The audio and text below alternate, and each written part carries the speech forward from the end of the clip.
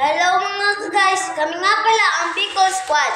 Kahit yung nga pala ay bumili nga pala kami ng Lucky 25. Ang dami niya mga kanudso. Hindi na namin na inubos. 27 lang yan mga kalodi, pero ang dami na mga kalodi. Yan, tignan nyo naman mga kalodi kung gaano karami. May libre pa siya nito mga kalodi. Kaya bukas, magpapalaro tayo mga kalodi ng Mga kalodi. magpapalaro kami mga kalodi. Kaya mga candy po ang aming naluwin. May nalaglag na nga po.